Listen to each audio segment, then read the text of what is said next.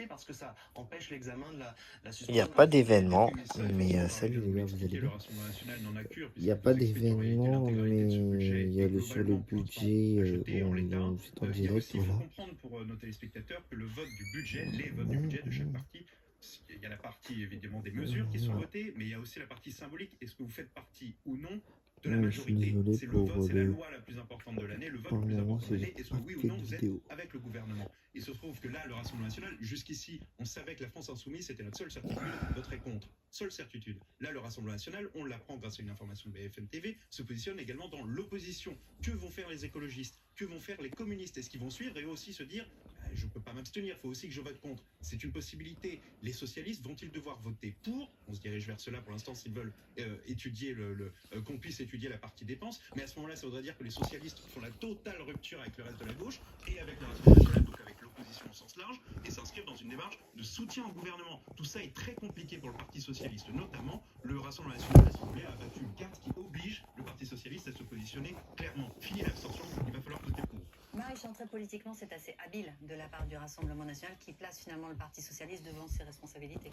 Oui, il y a une mentalité politique absolument. Après, un peu en contradiction avec ce que certains dans l'entourage de Marine Le Pen laissaient entendre ces derniers jours, ces dernières heures, en disant que finalement c'était pas bon de laisser entendre aux Français, à leurs compatriotes, que quand on parle de budget, on parle que de fiscalité et qu'il s'agissait de s'intéresser au deuxième volet que sont donc les dépenses, la suspension, mais je le rappelle, il y a la question du gel, la fameuse année blanche, et c'est pas du Premier ministre pour apporter de nouvelles garanties, considérant que c'était vraiment des irritants ultra impopulaire et qu'il s'agissait de revenir aussi de la part du Rassemblement national, il y a Le eu cette chat, je hausse crois de la qu'il peut. CSG sur les parraines des Français qui était difficile à valider aussi. Oui, ça crispait beaucoup dans les rangs du parti de Marine Le Pen, cette hausse sur de la CSG sur les revenus du capital. On a beaucoup parlé des taxations des ultra riches, ultra hauts patrimoines. Faut être concret, cette hausse de la CSG sur les revenus du capital, ça touche tous les petits épargnants. C'est-à-dire que vous avez un contrat d'assurance vie, vous avez un plan d'épargne logement, un fameux PEL, et ben vous allez être taxé de manière supplémentaire. Et ça, effectivement, quand vous êtes au Rassemblement national, député, que vous retournez dans votre circonscription et que vous avez voté, ou en tout cas vous n'avez pas voté contre, vous êtes abstenu, c'est difficile à expliquer. Donc c'est aussi ça, politiquement, ce qui est défendu dans l'hémicycle aujourd'hui. Après, c'est vrai que c'est un tournant, très clairement, là, cet après-midi. Ils avaient une sorte de flottement, abstention, pas abstention, la voter contre.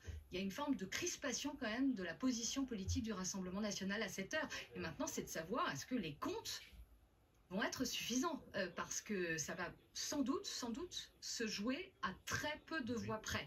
Pour expliquer ce qui est en train de se passer là, visiblement, et c'est Loïc Besson qui nous le fait comprendre, ce sont les orateurs de chaque groupe qui ont une explication de vote, 2 minutes de parole chacun. Donc vraisemblablement, chaque groupe s'exprime et ensuite le vote va avoir lieu. Donc il est 17h26 sur BFM, vraisemblablement dans 10 grosses minutes, je pense, le vote ça va se dérouler et il va être intéressant, très intéressant de voir l'issue et quels chiffres se dégagent. Et on va retourner justement à l'Assemblée nationale retrouver Loïc Besson. Loïc, c'est donc l'heure des toutes dernières tractations politiques avant le vote attendu donc sur cette partie recette du budget de la sécurité sociale. Oui, la sonnerie à l'instant qui vient de retentir dans l'hémicycle de l'Assemblée nationale après cette suspension, c'est l'heure des explications de vote. Comme on dit, chaque groupe va avoir 2 minutes pour expliquer pourquoi il vote contre, pourquoi il vote pour ou pourquoi il s'abstient. Cette partie donc recette du budget, ça va se jouer dans quelques minutes maintenant. On va être fixé. Cette information qu'on vous donnait il y a quelques instants, cette information BFM TV, le Rassemblement national a tranché. Il va voter contre cette partie du budget, ce qui signifie donc désormais, c'est de l'arithmétique, c'est des mathématiques, que la balle est dans le camp des socialistes, alors que pour l'heure, la ministre des Comptes publics, Amélie de Montchalin, est en train de prendre la parole en premier, et puis chaque représentant de chaque groupe donc aura l'occasion de s'exprimer. Encore une fois, je vous le disais, la balle est dans le camp des socialistes. Ce sont d'ailleurs eux qui ont demandé une suspension de séance il y a quelques instants, peut-être aussi pour accorder leur violon. Leur position n'était pas tranchée, mais quand on fait les calculs, Clairement, étant donné l'état des forces en présence, la France Insoumise et le RN qui votent farouchement contre, alors il faut que les socialistes, ou au moins une partie, votent pour cette partie recette du budget pour qu'elle ne soit pas rejetée et que les débats puissent se poursuivre dans les prochains jours, notamment pour aborder la suspension de la réforme. Donc là, c'est pas un événement, hein, je vous le dis. Merci beaucoup Loïc Besson, Voilà, en direct de l'Assemblée nationale. On va suivre ces prises de parole dans les toutes prochaines minutes. Victor Hérault, ce qui est compliqué si on essaye de savoir quelle sera l'issue de ce vote, c'est qu'on sait que la France Insoumise et le Rassemblement national, entre guillemets, votent comme un seul homme, que généralement les consignes de vote sont très bien respectées. Pour les autres partis, c'est plus flottant. Si vous voulez, pour qu'on comprenne bien, il y a 3 possibilités de vote. Contre, abstention, pour. Mathématiquement, pour que le volet recettes soit adopté du PLFSS, il faut qu'il y ait plus de pour que de contre. Mais les abstentions vont être, à mon avis, à mon sens, très nombreuses. Du côté d'Horizon, par exemple, on ne sait pas si le groupe Horizon, compte tenu de toutes les taxes qui ont été votées, pourrait voter pour ce budget.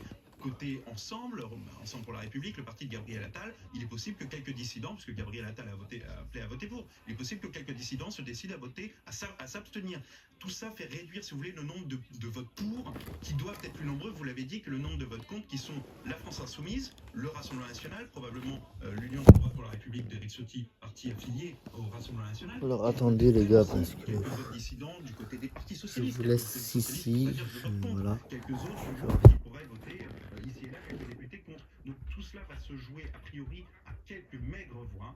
À voir aussi, ce sera intéressant de voir aussi si les consignes des chefs de groupe ont été bien écoutées au sein des groupes. Si chaque député, s'il n'y a pas eu suffisamment de dissidents pour faire basculer le vote dans un sens ou dans un autre. Alors à l'heure des explications de vote, image en direct de l'Assemblée et le vote à suivre donc dans les toutes prochaines minutes, au fond Marie-Chantal Pécresse, il est peut-être face à un dilemme, poursuivre dans une forme de coopération, en tout cas peser sur Sébastien Lecornu, avec en ligne de mire évidemment cette fameuse suspension de la réforme des retraites, ou bien se positionner vraiment en rupture et en opposition avec le gouvernement de Sébastien Lecornu. Oui, absolument. Ils sont arrivés quand même, le Parti Socialiste, après la nomination de Sébastien Lecornu, à lui faire intégrer dans son discours de politique générale ce mot. Vous vous souvenez, on passait des après-midi, ici même sur ce plateau, à dire « le prononcera-t-il ». Ils ont réussi, après d'âpres négociations, à obtenir de Sébastien Lecornu cette suspension de la réforme de retraite par un moyen et un véhicule législatif qui a été débattu d'ailleurs, la lettre rectificative. C'est technique, mais ça a son importance parce que c'est inscrit en fait dans le budget initial du gouvernement, le budget de sécurité sociale. Donc ça, c'est une garantie qu'ils ont obtenue de la part du gouvernement et de Sébastien Lecornu. Maintenant, est-ce qu'ils décident dans leur stratégie de se dire on ne peut pas voter pour cette première partie de la sécurité sociale parce que ça contrevient à nos valeurs, qu'il y a beaucoup trop d'amendements d'articles qui vont contre ce qu'est notre programme et notre essentiel finalement, ou alors on décide de voter pour parce que arithmétiquement, si on ne va pas jusqu'au pour avec le nom du RN, ces discussions s'arrêtent. Après, encore une fois,